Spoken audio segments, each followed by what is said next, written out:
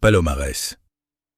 Le 17 janvier 1966, au-dessus du petit village espagnol de Palomares, à une altitude de 9000 mètres, un bombardier stratégique américain B-52 est entré en collision avec un avion ravitailleur KC-135 lors d'un ravitaillement en vol programmé. Les deux appareils se sont instantanément transformés en boules de feu. Sur les 11 membres d'équipage, 4 ont survécu. Le bombardier transportait à son bord 4 bombes thermonucléaires d'une puissance d'1,1 mégatonne chacune. Depuis 1960, le commandement aérien stratégique menait l'opération Chrome Dome. Des bombardiers armés de têtes nucléaires patrouillaient en permanence dans les airs, prêts à tout moment à changer de cap et à frapper le territoire de l'Union soviétique. En janvier 1966, ces patrouilles duraient déjà depuis 6 ans sans le moindre incident sérieux. Les 4 bombes sont tombées. 3 ont atterri sur la terre ferme, près du village. La 4e a coulé dans les eaux de la mer Méditerranée. Sur les 2 bombes tombées au sol, les charges explosives conventionnelles se sont déclenchées à l'impact, sans provoquer de détonation nucléaire, mais l'explosion a dispersé du plutonium sur les champs des paysans. Les militaires espagnols ont bouclé la zone en l'espace de quelques heures, mais les habitants locaux avaient déjà eu le temps de traverser les zones contaminées. La 3e bombe est tombée intacte. La 4e a été recherchée pendant 80 jours, retrouvée à une profondeur d'environ 870 mètres, puis remontée à la surface le 7 avril. Les militaires américains ont évacué 1400 tonnes de terre contaminée et les ont enfouies dans un site d'enfouissement nucléaire de l'État de Caroline du Sud. L'Espagne a exigé l'arrêt des vols transportant des armes nucléaires au-dessus de son territoire. Le secrétaire à la Défense McNamara réclamait depuis longtemps la fin de l'opération, car les missiles balistiques Minuteman et Polaris constituaient déjà l'essentiel du bouclier nucléaire, et les patrouilles permanentes de bombardiers étaient devenues un vestige du passé. Mais c'est Palomares qui lui a fourni une couverture politique. L'opération Chrome Dome a d'abord été fortement réduite, puis définitivement arrêtée en 1968, après une catastrophe similaire au-dessus d'une base au Groenland. Les États-Unis n'ont plus jamais rétabli de patrouille aérienne nucléaire permanente. Port Chicago. Le 17 juillet 1944, base navale de Port Chicago, État de Californie. 11h-12 du soir. Sur le quai, le cargo E.A. Bryan était en cours de chargement de munitions, bombes, obus et explosifs pour un poids total de 4600 tonnes.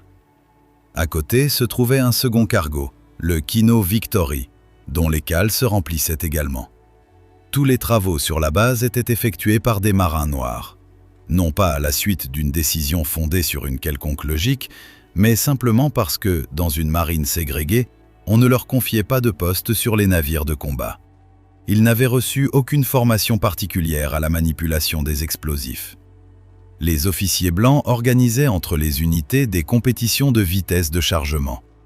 Celui qui chargeait le plus de tonnes par équipe obtenait une permission. Les mises en garde concernant le danger étaient ignorées. À 22h18, quelque chose s'est enflammé dans la cale de l'I.A. Bryan. Les 2 navires ont explosé à 7 secondes d'intervalle. Une colonne de feu s'est élevée à une hauteur de 3,5 km. 320 personnes ont trouvé la mort, dont 202 marins noirs. Cela représente 15% de l'ensemble des pertes afro-américaines pour toute la Seconde Guerre mondiale. 3 semaines plus tard, il fut ordonné aux survivants de reprendre le chargement de munitions. 258 hommes ont refusé. 50 d'entre eux furent condamnés par un tribunal militaire pour mutinerie et écopèrent de peines allant de 8 à 15 ans de travaux forcés. Ils furent défendus par un jeune avocat, Thurgood Marshall, futur juge à la Cour suprême. Sous la pression de l'opinion publique, les condamnés furent libérés en 1946. La même année, la marine entama sa déségrégation. La marine de guerre a instauré une formation obligatoire à la manipulation des munitions et a interdit aux officiers d'organiser des compétitions de vitesse de chargement de cargaisons explosives. Baïkonour. Le 24 octobre 1960. Table de lancement du site 41 du cosmodrome de Baïkonour. Sur la structure de lancement se dressait le missile balistique intercontinental R-16, le premier missile intercontinental soviétique à ergol à point d'ébullition élevé capable de frapper le territoire des États-Unis. 36 jours plus tard devait avoir lieu l'anniversaire de la Révolution d'octobre. Les dirigeants du pays attendaient un essai réussi pour cette date. La veille, lors d'une vérification du système électrique, de graves défaillances avaient été détectées. Selon toutes les règles, il aurait fallu vidanger le carburant, ramener le missile au bâtiment d'assemblage et reporter le lancement. Mais le président de la commission d'État, le maréchal en chef d'artillerie Mitrofan Nedelin, a décidé de poursuivre les travaux directement sur la table de lancement, avec le missile rempli de carburant. Environ 250 personnes travaillaient près du missile ou se trouvaient à proximité. Nedelin lui-même observait la scène depuis un fauteuil installé à la base de la structure de lancement. 15 minutes avant le lancement prévu, en tentant de corriger une nouvelle défaillance, une commande a été envoyée par erreur au moteur du second étage. Le feu a percé les réservoirs du premier étage. 120 tonnes de carburant se sont enflammées instantanément. Des hommes ont brûlé vifs. Ceux qui tentaient de fuir tombaient dans le carburant enflammé répandu au sol ou suffoquaient sous les vapeurs de leptyle, hautement toxiques. 78 personnes sont mortes, selon les chiffres officiels. Plusieurs sources avancent des chiffres allant jusqu'à 126. Le maréchal Nedelin fut identifié grâce à son étoile de héros de l'Union soviétique, fondue par la chaleur, seul élément qui subsistait de lui. Le gouvernement soviétique a immédiatement classifié la catastrophe. Il fut demandé aux familles des victimes de parler d'un accident d'aviation. L'événement ne fut officiellement reconnu qu'en 1989. Mais au sein du ministère de la Défense, les conclusions furent tirées rapidement. Un missile au réservoir rempli est devenu une zone interdite à l'ensemble du personnel, à l'exception du nombre minimal de spécialistes nécessaires. Les protocoles d'essai des missiles balistiques soviétiques ont été entièrement modifiés. Texas City. Le 16 avril 1947. Port de Texas City, État du Texas. À bord du cargo français Grand Camp, on découvrit un sac d'engrais qui se consumait. Au lieu de noyer la cale sous l'eau, le capitaine ordonna de fermer les écoutilles et d'y injecter de la vapeur, craignant d'abîmer la cargaison. Cette cargaison, c'était du nitrate d'ammonium, 2300 tonnes. Le nitrate d'ammonium transitait par ce port depuis la fin de la guerre, produit dans des usines de poudre militaire du Nebraska et de l'Iowa, reconverti pour la fabrication d'engrais. Les règles militaires strictes régissant la manipulation des explosifs, en vigueur dans ces mêmes usines, ne s'appliquaient pas au transport civil. Personne n'a officiellement informé les autorités portuaires, les pompiers ou les capitaines de navires qu'ils avaient affaire à une substance explosive. À 9h12, le Grand Camp explosa. L'onde de choc fut entendue à 240 km de distance. L'ancre du navire, pesant 1,5 tonnes, fut retrouvée à 3 km du lieu de l'explosion. 2 petits avions qui volaient au-dessus du port furent abattus par le souffle. Des centaines de personnes accoururent pour observer la scène après avoir entendu l'explosion, parmi elles presque tous les pompiers de la ville. Quelques heures plus tard, un second navire transportant une cargaison similaire, le High Flyer, explosa à son tour. 581 personnes trouvèrent la mort. 5000 furent blessés. Une grande partie de la ville fut détruite. Il s'agit de la plus grande catastrophe industrielle de l'histoire des États-Unis. Après cet événement, le gouvernement a rendu obligatoire l'étiquetage des cargaisons explosives, fixé des normes de stockage pour le nitrate d'ammonium et imposé des obligations d'information aux services portuaires. Les règles instaurées après Texas City sont, dans l'ensemble, encore en vigueur aujourd'hui. Lorsque le port de Beyrouth explosa en 2020, la cause s'avéra de nouveau être du nitrate d'ammonium, stocké pendant des années sans respect de ces mêmes normes. Thresher. Le 10 avril 1963. Le sous-marin nucléaire Thresher est sorti dans l'océan Atlantique pour des essais en grande profondeur, accompagné du navire de sauvetage Skylark. Le Thresher était le premier bâtiment d'une nouvelle classe, le sous-marin d'attaque le plus perfectionné de la flotte à cette époque. 129 hommes se trouvaient à bord. À une profondeur d'environ 400 mètres, une rupture s'est produite dans le système de tuyauterie. L'eau de mer a commencé à pénétrer à l'intérieur. Le réacteur s'est arrêté automatiquement.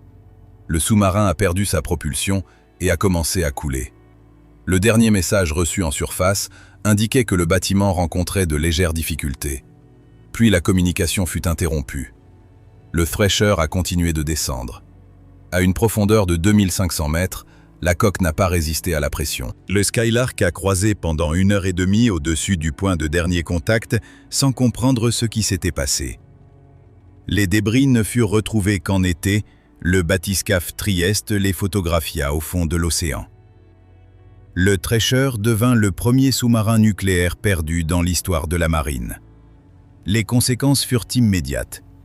Une inspection des autres sous-marins révéla que près de 14% d'entre eux n'étaient pas prêts à l'emploi. La mise en service de 31 sous-marins en construction fut retardée. La marine créa le programme SubSafe, un ensemble complet d'exigences concernant la conception, la construction, l'entretien et les essais des sous-marins. Depuis l'introduction de ce programme, la marine n'a perdu aucun sous-marin ayant obtenu cette certification.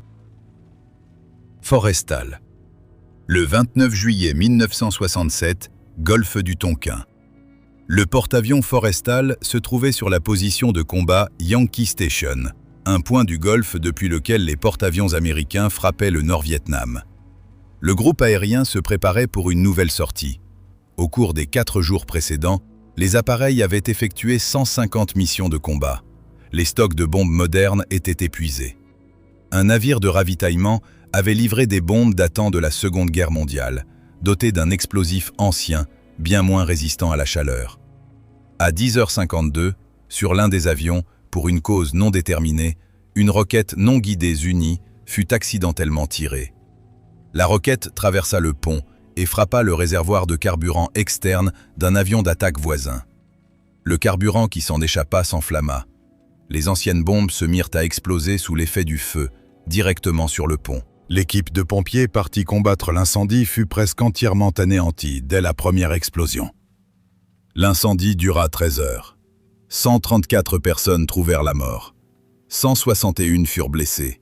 21 avions furent détruits ou jetés par-dessus bord. Les dégâts s'élevèrent à 72 millions de dollars.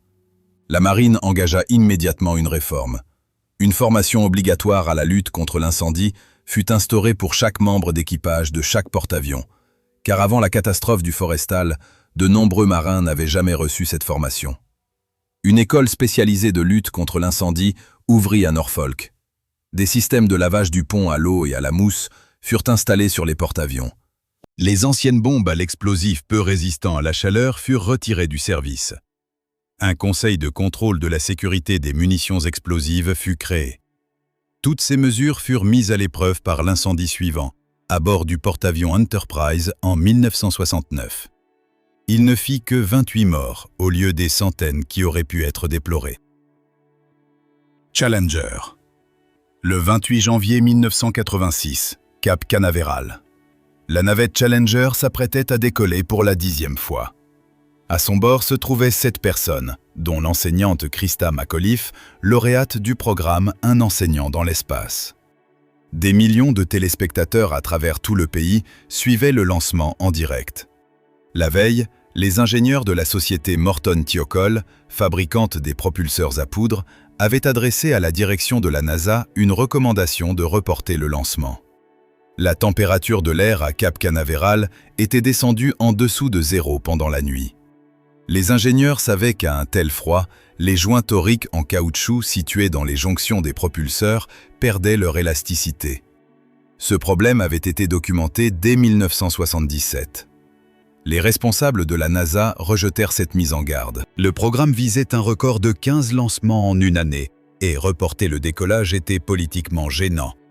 73 secondes après le décollage, le joint torique du propulseur droit céda. Le gaz brûlant s'échappa et perça la fixation du réservoir externe de carburant. Le réservoir se rompit. La navette se disloqua à une altitude de 14 km au-dessus de l'océan Atlantique. La cabine de l'équipage fut retrouvée au fond de l'océan plusieurs semaines plus tard. La commission présidentielle dirigée par William Rogers établit que la défaillance technique résultait d'un échec managérial systémique. Une culture s'était installée à la NASA dans laquelle des risques pourtant connus étaient systématiquement sous-estimés pour respecter le calendrier. La voix des ingénieurs ne parvenait pas jusqu'à ceux qui prenaient la décision de lancer. À l'issue de l'enquête, la NASA créa un service de sécurité indépendant, refondit entièrement son processus de décision concernant les lancements et reconstruisit les jonctions des propulseurs. Le programme de vol fut suspendu pendant 32 mois. Le principe établi après Challenger, celui du droit de l'ingénieur à arrêter un lancement, devint par la suite la norme pour tous les grands programmes de défense et d'aérospatiale. Iowa. Le 19 avril 1989. Mer des Caraïbes, au nord-est de Porto Rico. Le cuirassé Iowa procédait à des tirs d'entraînement. Dans 2 des canons de la seconde tourelle, d'un calibre de 406 mm, les tirs se déroulèrent normalement. Dans le 3e, le canon central, quelque chose se passa mal. À 9h53, une explosion retentit à l'intérieur de la tourelle. 47 hommes moururent sur le coup. La marine ouvrit une enquête. Dès 3 mois plus tard, les enquêteurs conclurent que l'explosion avait été provoquée intentionnellement par l'un des marins de l'équipe de la tourelle, mort dans l'incident, Clayton Hartwig. Selon la version de la marine, il aurait agi pour des motifs personnels liés à sa relation avec un camarade. La famille Hartwig rejeta catégoriquement ces conclusions et obtint l'ouverture d'une enquête indépendante. Le Congrès imposa la réalisation d'une analyse technique. Les laboratoires nationaux Sendia établirent une autre conclusion. La cause la plus probable de l'explosion résidait dans une surcharge de la culasse lors de l'introduction de la charge de poudre. La marine contesta cette conclusion et finit par clore l'enquête avec pour formulation officielle une cause non déterminée. Des excuses officielles furent présentées à la famille Hartwig, mais au-delà du scandale entourant l'enquête, l'explosion eut une conséquence technique concrète.